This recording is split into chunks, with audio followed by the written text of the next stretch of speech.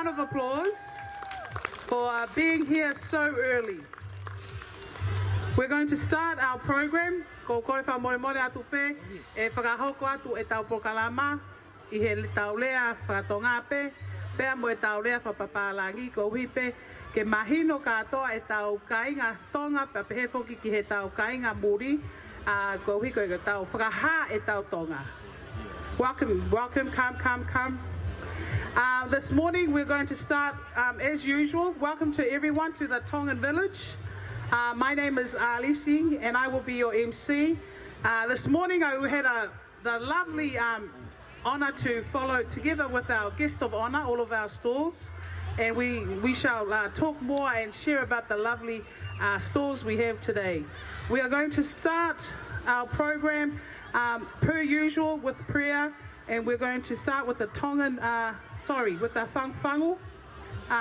And Leon, we're going to be working together with Leon in the sound. So can we give him a round of applause?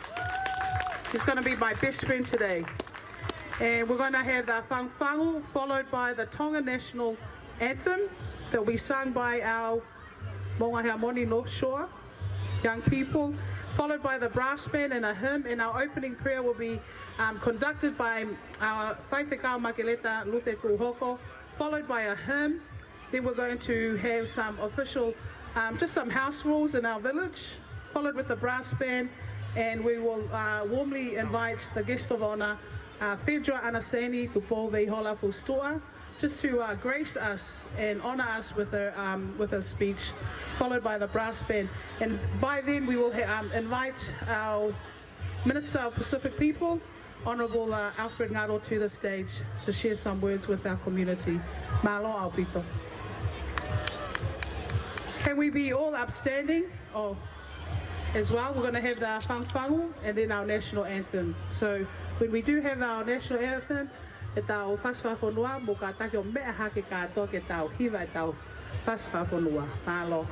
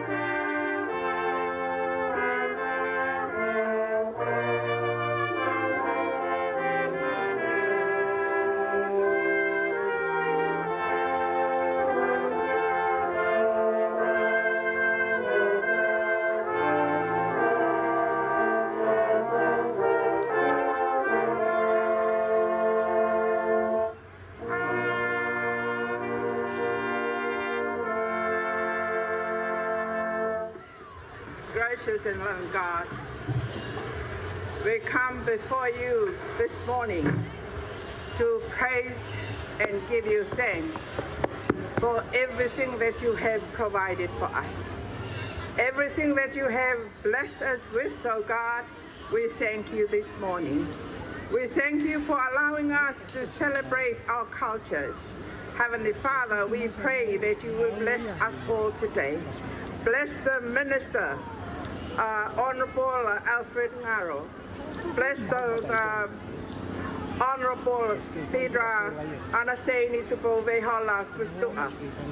Heavenly Father, we pray that you will bless every tongue around here and everybody who will be here helping us today just to acknowledge how great you are.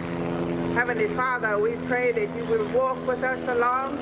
Let us rejoice the day that you have made, and let us participate, oh God, with full attention and with a heartfelt thanks for everything that you will allow us to have today. O tua mafko mau lotuia mo mau faftai ki afio ke hangai fofonga mai ke stage tonga. I he whakakau o tua ke kei pao toloa ke mau whanau I muri ke nau hoko atu ai tauhi o ngahi tau whatunga motua o whanua ka tau te whito o tua ke nau ngahi ulunganga whapapa ka maa ai ngahi sewei tokai aki aya ku whaamu e he tonga ke hoko atu he tau tangata koe ni. O tua mawhitapa kina ki mautol. Ngā mea katoa pē te mau whai tu ke lang I aia ho awhio. Pia ke hoi fua mai o tua o awhio he whio angani. Ka lava ke kakato e mau whiawhia. Pia lava ke kakato e polo karamani o tua I he tokoni mai e lau maari o awhiona. Whakakato e lotu e pongpongini o mau huo kore ngā me ani he huafa Sisu Christ ko alo ka ko mau whakamo ui. Amen.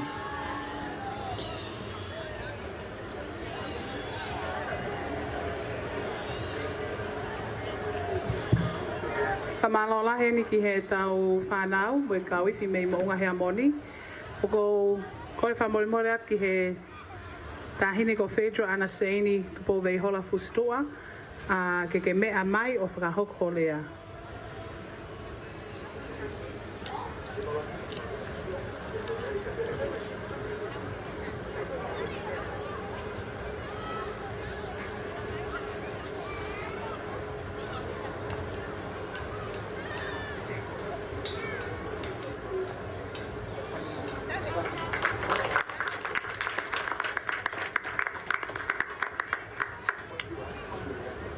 O kua kore ke huwhanga I he ngahi whakatapu ko os hona o whaki kai ata mo koe whangamalieni kia whakahoko ata ki Elea he kamata aki ai polo kalama ai kolotonga ki he katoanga Pasifika ko awheta hakitu.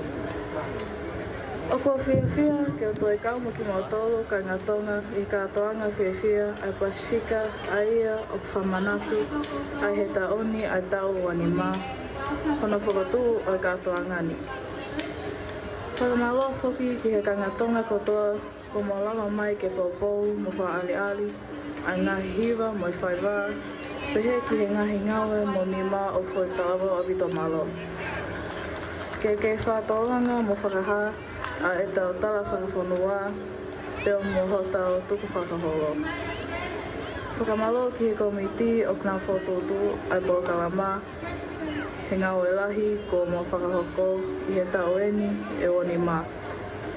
Whakamalo atu hono whawhe I au he tau e ono hokohoko koe whawhe whalangangi ai kolotonga. Whakatauangi ke tau mau haaho whiawhia he ahoni pehe ki e pompongina ke whai tapuakina ki tau tolu e he eki mawaipe o whatu whau malau.